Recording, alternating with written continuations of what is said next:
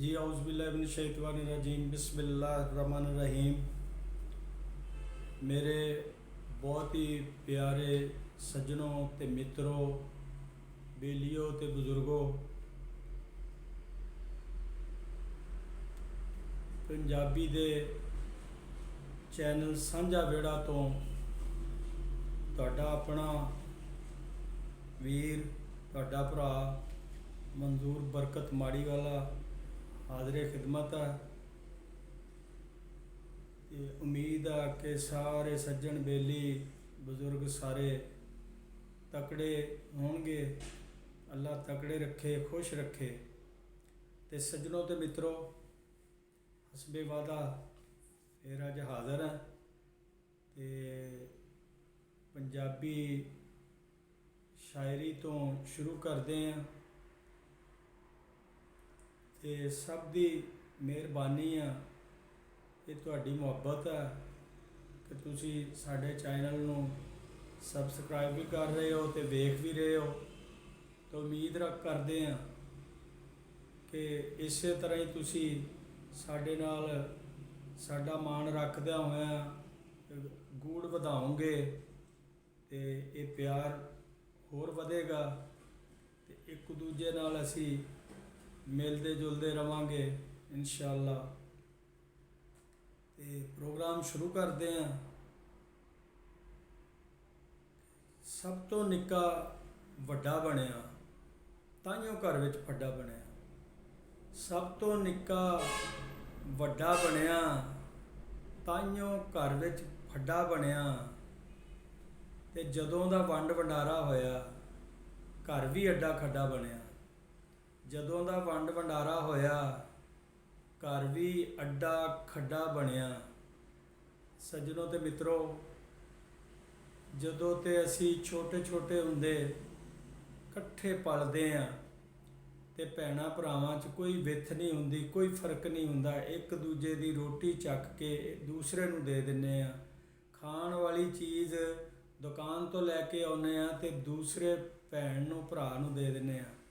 ये सब कुछ उदों हुंदा जिहड़ा मैं तुहानूं पंजाबी दा दो बोल सुनाए आ कि घर अड्डा खड्डा कदों बनदा ते वंड वंडारे जदों हुंदे आ। जदों असी जवान हो जाने आ, जदों असी विआहे जाने आ, फिर साडे घरां च बच्चे पैदा हो जाते हैं तो बच्चे फिर सानू जुदा जुदा कर देंगे भैणां ते भाइयां नूं। फिर असी साडा भावें विहड़ा मरले दा होवे ते भावें कनाल दा होवे ते भावें वो 4 कनाल दा होवे, फिर असी जदों उहनूं वंडदे हैं तो वक्खो वक्ख हुंदे हैं, उहदा वंडारा करदे हैं ते फिर ओही घर, ओही खुला विहड़ा, ओही सारा जिहड़ा हुंदा सांझा विहड़ा साडा, वो फिर जदों असी उहनूं वंडदे हैं तो फिर वो तुसी वेख लो, मेरी गल नूं अजमा के वेख लो, इहदे ते गौर करके वेख लो कि वो अड्डा खड्डा बन जाता। वो अड्डे खड्डे का नक्शा पेश करता। तो सानू कोशिश करनी चाहिए है कि ठीक है बंदे अलग भी हुंदे आ, माँ बाप नूं अलग कर दिंदा वा माँ बाप बच्चों नूं, लेकिन सानू माँ बाप नाल भी मेल मिलाप नहीं छड्डना चाहिए। माँ बाप की खिदमत भी करनी चाहिए है और अपने वड्डियां की खिदमत करनी चाहिए। भरावां भैणां की औलाद नूं प्यार मुहब्बत करना चाहिए। तो फिर तो है असी इंसान। अगर ये चीज़ां साडे चों सारियां निकल जांदियां तो फिर असी एवें बंदे रह जाने हैं, ना अल्लाह की बंदगी करते हैं, ना ही असी इंसान हैं। तो सज्जनों, ये मेरियां टुटियां फुटे अल्फाज आ, जिहड़े अखर आ, इन्हां ते बराए मेहरबानी गौर करिया करो। तो पंजाबी पेश करदा मैं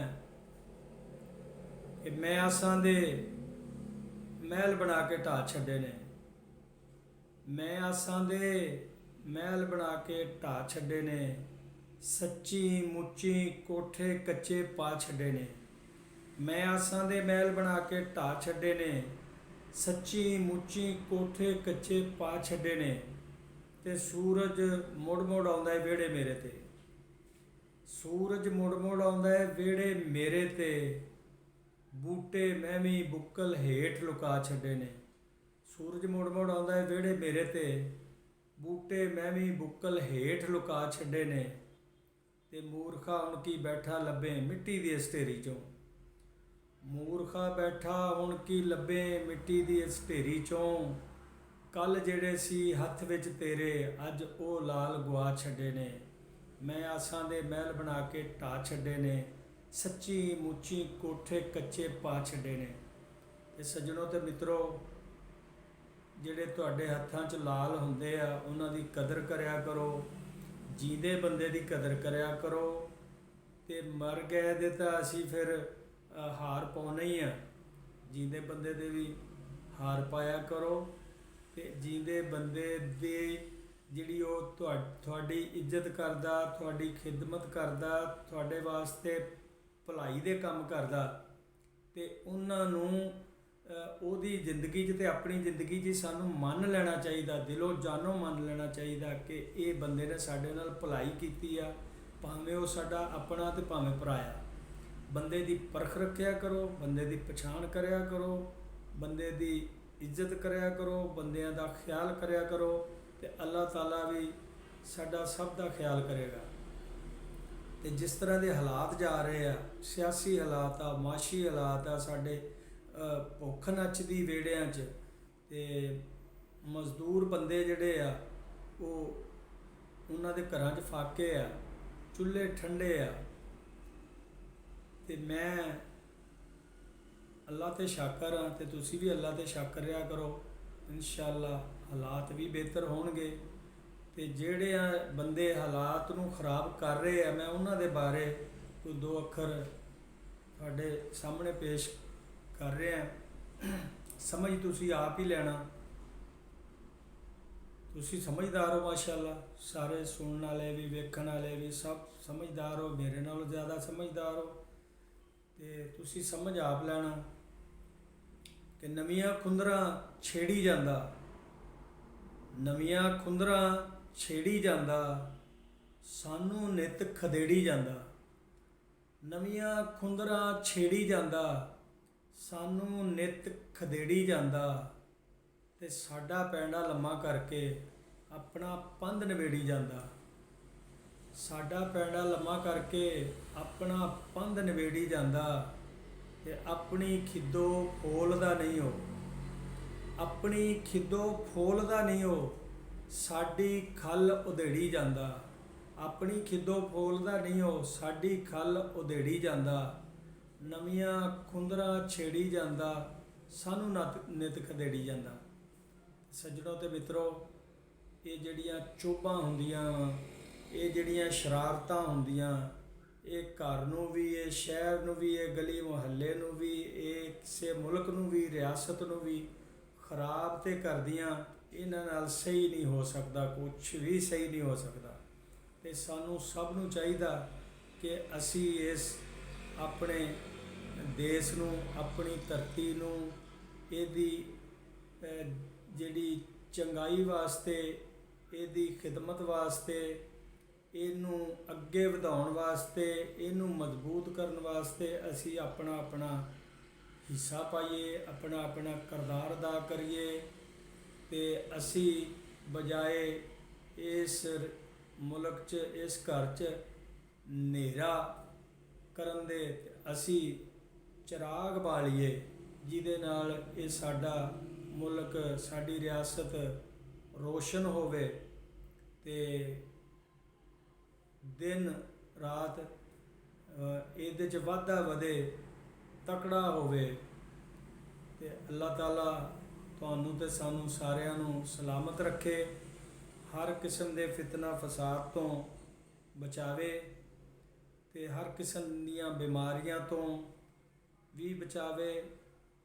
ਜੁਮਲਾ ਸਾਰੀਆਂ ਆਫਤਾਂ ਬਲਾਵਾਂ ਤੋਂ ਅੱਲਾਹ ਤਾਲਾ ਸਾਨੂੰ ਸਭ ਨੂੰ ਬਚਾਵੇ, ਤੇ ਆਪਣੇ ਕਹਿਰੋ ਗਜ਼ਬ ਤੋਂ, ਆਪਣੇ ਗੁੱਸੇ ਨਾਰਾਜ਼ਗੀ ਤੋਂ ਵੀ ਬਚਾਵੇ।